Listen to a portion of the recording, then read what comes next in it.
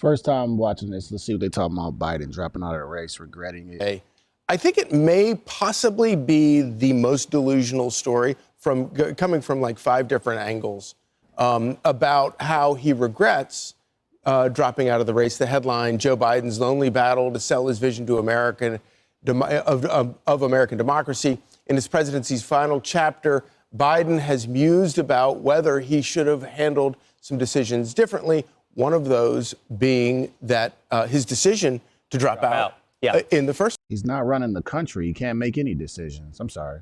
He's saying he thought he could have beat Donald Trump. It's an easy thing to say. Yeah. You know, I wasn't in the championship game. I lost in the semis, but I would have won the championship game if I'd made this. I'm using it now in fantasy football. Joe Biden, I'm using that exact same excuse. Maybe he's just saying he was better than maybe what he's saying is I was better than Kamala. I had a better chance than Kamala. And who knows? But he did say in the Washington Post, he said, Biden and some of his aides still believe he should have stayed in the race, despite the rocky debate performance and low poll numbers that prompted Democrats to pressure him to drop out. Biden and his aides have told people in recent days that he could have defeated Trump. Aides say the president has been careful not to place blame on Harris or her campaign. What's so interesting about that, though, is that this whole thing was an off. All right, y'all. Let me react to this real quick, man. Make sure you guys like the video and subscribe, all right? And then throw some comments in there. How y'all feel about this, right? What if old Beach Biden would have stayed in? Y'all think he would have beat Trump? Listen, here's my perspective on it, right? I don't think it mattered which Democrat was going to step up to the plate. It was pretty obvious that the American people were tired of what the Democrats were doing for 4 years. The Democrats really showed their hand, right? They were one of those folks that were anxious, very, very anxious to get somewhere. And then when they got there, they completely fumbled the bag. They got in power and they started showing us that they didn't care about the economy. They don't care about our children. They don't care about America's problems. They only care about wars and confusion and everything, right? So it didn't matter which Democrat got up there. You could have put Josh Shapiro up there. You could have put Gavin Newsom up there. You could have put Gretchen Whitmer. It didn't really matter. I think America is tired of the Democrat strategy, period. Now, it's funny that Joe Biden is still coming out and it's still saying, I could have beat Donald Trump. I could have beat him. Because why? Well, because I beat him in 2020, which we all know we don't believe that one bit. But according to the results, he was able to win in 2020. So he said, I could have done this again. Right? See, this shows exactly what we already know about what's going on there in that White House. We know that there is confusion. We know that Joe Biden is not the one running the country. And any president who can get pushed out by his party is not someone that you want running the world. If you are influenced by crazy Nancy Pelosi and Chuck Schumer, that you need to step down and move out of the way so someone else can come in. I mean, what is it that, when President Xi or Putin or any of these guys, how are you being pressured by them to make decisions then? If you can get pressured to leave the race of supposedly a race you won, I mean, how are you handling other decisions? That's how I look at it. That means you're not good at negotiation. You're not good at pressure. You're not good at real problems and challenges. That should be a prerequisite to being a president. Learning how to handle challenges, objections, and people trying to tell you what to do. Listen, the Democrats did what they did. And you know what? What we're seeing right now is we're seeing the downfall of the Democratic Party, right? And we'll probably see this for the next 8 years, right? If Trump comes in and does his thing, like I've said before, if J.D. Vance or Vivek Ramaswamy, in my opinion, gets up there, they win and they continue this agenda, that's another 4 years. And then the Democrats may figure this out after that first election. They are in trouble. They have no messenger. They have no message. They have no leadership. They have absolutely nothing.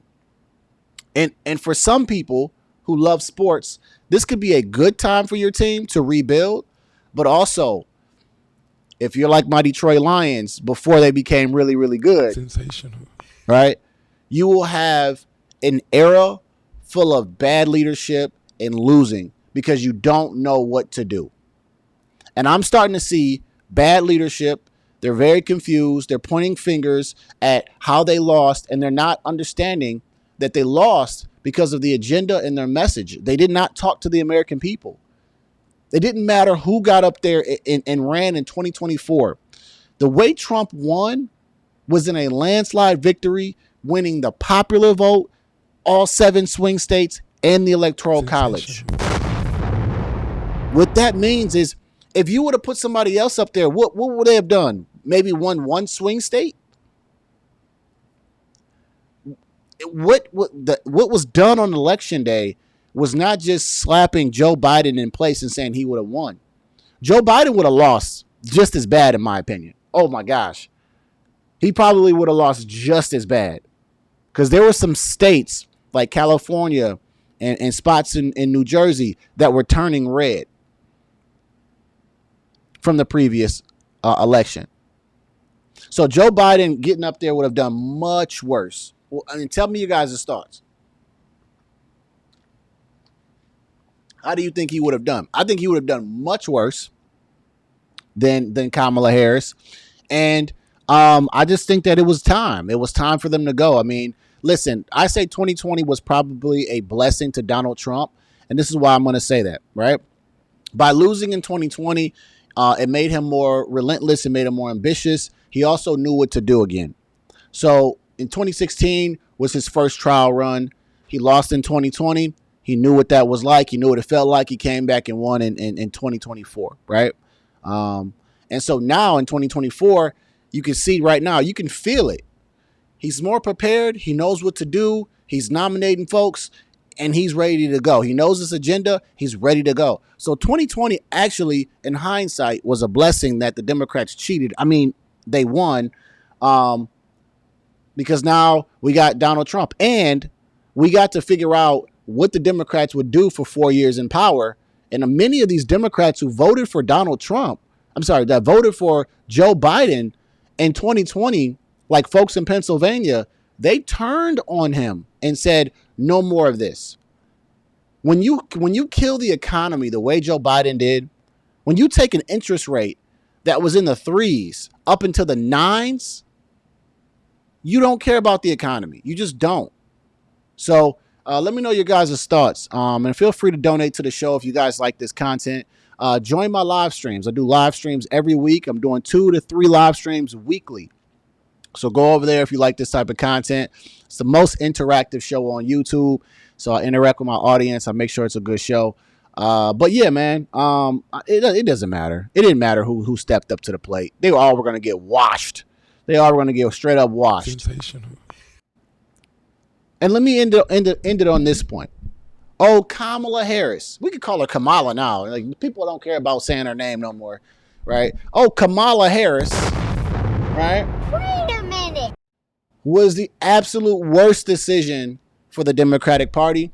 And I truly believe that Joe Biden did this on purpose.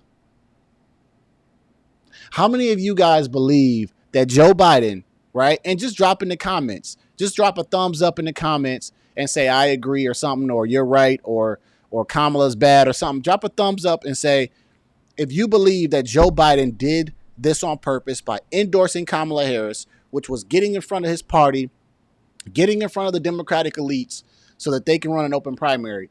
Joe Biden did that on purpose to Kamala Harris. He did it on purpose, in my opinion.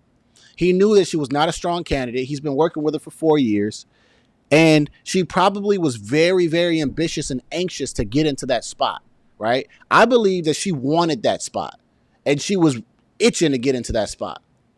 Because she didn't earn it. DEI. Didn't earn it. And so she was like, oh, this is my easy way to get in. Let me go ahead and get in there. And she totally fumbled the bag. She spent so much money. She didn't know what she was doing. She did not answer any of America's problems or questions. She figured she She figured she can try to rig the game by putting certain people in interviews and tell them what questions to ask. When she came to Birmingham, Michigan, right, one of my favorite places to go in Michigan, right, a young lady asked and raised her hand and said, hey, can we ask her questions? And the moderator, whoever she was, said, no, we have predetermined questions that you will ask her. And that's how she ran her campaign. And that's how you expect American people to build confidence in a woman or just a leader in general who can't answer tough questions. She went on Fox News with Brett, and she got absolutely destroyed. Destroyed. And he is just a Fox News interviewer. He's just a journalist. We could only imagine how she would be at a table full of people who run their countries. That was a scary thought. And not to mention just being in the United States to make decisions. Nobody wanted that. This White House that's in here right now is a circus. We can't wait till January 20th to get her up out of here and to make America great again. That's all I got to say. Drop your likes, comments in the video. Make sure you subscribe and check out my live stream shows that I run every week. All right, let me get up out of here. Like I say, after every video, this is chess, not checkers. I'm going to see y'all at work 2 times. See ya.